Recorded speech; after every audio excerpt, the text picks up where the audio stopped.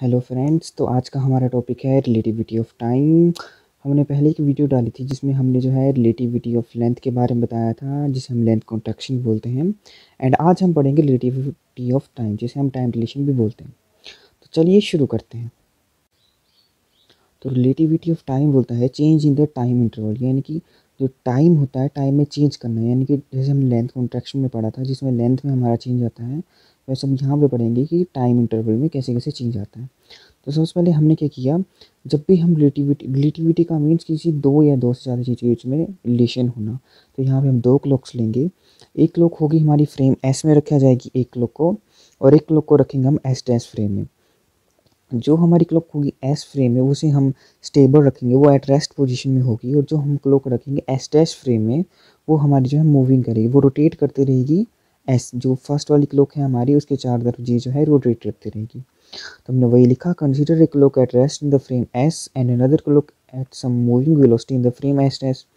Clock in the frame S dash is rotating around the clock in the frame S. Okay, तो अब हमने जो है, जब हमने लोरेंट ट्रांसफॉर्मेशन की थी तो उसमें हमारा एक रिजल्ट आया था, जिसमें वो रिजल्ट था T1 is equal to T1 dash plus V X dash upon C square whole upon 1 minus V square upon C square. तो जिसको जो है लोरेंट ट्रांसफॉर्मेशन आती है वो आराम से ये समझ आएगा कि ये रिजल्ट क्यों आया। और जिनको नहीं पता कि लोरेंट ट्रांसफॉर्मेशन क्या होती है, तो वो उसका जो वीडियो है, उसका जो लिंक है वो मैं डिस्क्रिप्शन में डाल दूंगा। आप पहले वहाँ जाइए और उस वीडियो को देखिए एंड समझ लीजिए लोरेंट ट्रांसफॉर्मेशन क्या होती है। तो अब देखिए, हम जो टाइम हमने सबसे पहले एक टाइम निकाला। हमने कोई भी एक पार्टिकुलर एक टाइम ले लिया, उस पॉइंट पे हमने देखा कि कितना टाइम आता है। तो वो एक जो T1 है वो है हमारा सिंपल जो एट रेस्ट है क्लॉक वो, और T1 डैश है जो वो वाली क्लॉक जो है फर्स्ट क्लॉक के चारों तरफ रोटेट कर रही है। तो हमने ये लिखा। अब हमने थोड़ी टाइम के बाद आफ्टर सम टाइम हमने एक और पॉइंट लिया और वहाँ पर हमने T2 निकाला। अब T2 भी सेम जो हमारी क्लॉक जो स्टेबल है उसका एक टाइम है, और ये जो T2 डैश है ये जो हमारी दूसरी क्लॉक का जो रोटेट कर लिया उसका एक टाइम का जो है वो एलिमेंट है। तो हमने ये लिख दिया। अब देखो ये फर्स्ट इक्वेशन थी, ये सेकंड इक्वेशन थी। देखो ये फर्स्ट हमारा जो T1 है उसकी वैल्यू ये आएगी और T2 की जो ये आएगी, क्योंकि जो हमारे दोनों क्लॉक्स हैं उनके बीच का जो उनके बीच में है जो है वो एक रिलेटिव मोशन बन गया है, क्योंकि जो सेकंड क्लॉक है वो फर्स्ट क्लॉक के चारों तरफ जो है घूम रही है। तो इनके टाइम के बीच में भी एक रिलेटिव मोशन बना हुआ है और उसकी इक्वेशन हमने ये लिख दी। अब हम क्या करेंगे, टाइम इंटरवल निकालेंगे। टाइम इंटरवल होता है कि किसी भी दो टाइम के बीच में का डिफरेंस, किसी भी दो टाइम के बीच का डिफरेंस। तो यहाँ पे डिफरेंस निकलेगा T2 माइनस T1, क्योंकि T2 एक्चुअल में ग्रेटर है, क्योंकि टाइम हमेशा बढ़ते जाएगा। तो T2 ग्रेटर है T1 से, तो हम करेंगे T2 माइनस T1। हमने लिख दिया इक्वेशन 2 माइनस इक्वेशन 1। तो हमारे पास आता है T2 minus T1 T2 dash plus V X dash upon C square minus T1 dash minus V X square upon C square. And देखो ये वाली और ये वाली चीज़ तो है, ये सेम थी, तो ये डायरेक्टली हम एलसीएम ले लिया। अब इस वाली से इस वाली कट जाए, क्योंकि ये प्लस का है ये माइनस का है, क्योंकि जब माइनस होगा तो वो इसमें भी माइनस लग जाएगा, इसमें माइनस लग जाएगा। तो ये इससे ये कैंसिल हो गया, हमारे पास ये बचा T2 dash minus T1 dash. अब ये जो इंटरवल है ये है फर्स्ट क्लॉक का, और ये जो इंटरवल है ये है सेकंड क्लॉक का। तो हम इसे लिख सकते हैं, हम इसे लिखेंगे डेल्टा टी, और यहाँ पर हम लिखेंगे डेल्टा टी डैश। अब यहाँ पर ये जो नीचे वाली टर्म है ये एक्चुअल में 1 से छोटी है। 1 से छोटी क्यों हुई, क्योंकि जो v है हमने स्टार्टिंग में माना कि कुछ तो वेलोसिटी है उसकी। अब इसकी अगर वेलोसिटी है तो कुछ ना कुछ तो वैल्यू तो होगी।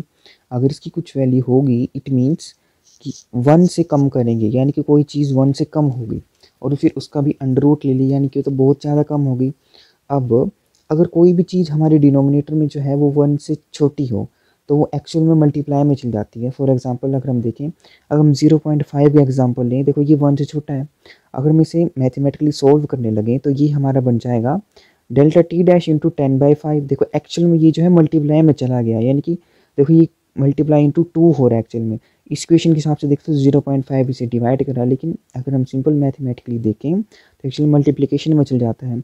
इट मीन्स कि जो हमारा डेल्टा टी है वो हमारा जो है डेल्टा टी डैश से बड़ा है। ऐसा क्यों, क्योंकि देखो डेल्टा टी, मान लो कि डेल्टा टी हमारा इतना है और जो डेल्टा टी डैश है यानी कि इस वाली साइड वो देखो मल्टीप्लाई करके इतनी बड़ी बन गई, यानी कि डेल्टा टी को सिर्फ इतना होना पड़ा इस डेल्टा टी के इतने होने के बराबर, यानी कि जब इतना बड़ा है तब डेल्टा टी को बस इतना होना पड़ा। इट मीन्स कि डेल्टा टी की अगर वैल्यू छोटी भी होगी तो भी ये इसको जो है डेल्टा टी डैश की वैल्यू की बड़ी वैल्यू को भी एक्वायर करेगा। इट मीन्स कि delta T is greater than delta T dash. तो यहाँ से हम ये समझ गए कि डेल्टा टी डैश जो है वो डेल्टा टी डैश से छोटा है। एंड इट मीन्स कि जो हमारा सेकंड वाला इंटरवल था वो फर्स्ट वाले इंटरवल से कम है, यानी कि जो हमारा टाइम फ्लो करेगा मूविंग क्लॉक में वो स्लोली करेगा। तो अगर इसकी कंडीशन आती है कि अगर जो v है वो c के बराबर हो जाए, यानी कि जो क्लॉक हमारी जो सेकंड क्लॉक थी वो फर्स्ट क्लॉक के जब रोटेट कर रही है, अगर उसकी जो स्पीड है स्पीड ऑफ लाइट के बराबर हो जाए तो क्या होगा, तो हमारी जो ये जो under root 1 minus V square upon C square है ये ज़ीरो आ जाएगा, और ये तो पॉसिबल है नहीं। अगर ऐसा पॉसिबल होगा जो डेल्टा टी है हमारा वो तो ज़ीरो बन जाएगा, और ये तो कभी हो ही नहीं सकता। इसका मतलब दस we can never be equal to the C. इसका मतलब जो वेलोसिटी है रोटेशन की वो कभी भी सी के बराबर नहीं हो सकती। तो बस यही चीज़ थी हमारी टाइम डिलेशन में। इस सारे टॉपिक के जो पीडीएफ नोट्स हैं वो मैं डिस्क्रिप्शन में डाल दूंगा, आप वहाँ से जाके इसे डाउनलोड कर सकते हैं और ये आपके रिवीजन के लिए हेल्पफुल होगा। एंड इसका जो पिछला टॉपिक था लेंथ कॉन्ट्रैक्शन का, उसका लिंक जो है वो डिस्क्रिप्शन में डाल दूंगा, एंड वहाँ से जाके आप उसे रिकॉर्ड देख लेना। एंड हमारे इस चैनल को सब्सक्राइब करें एंड इस वीडियो को शेयर एंड लाइक करें। Thank you.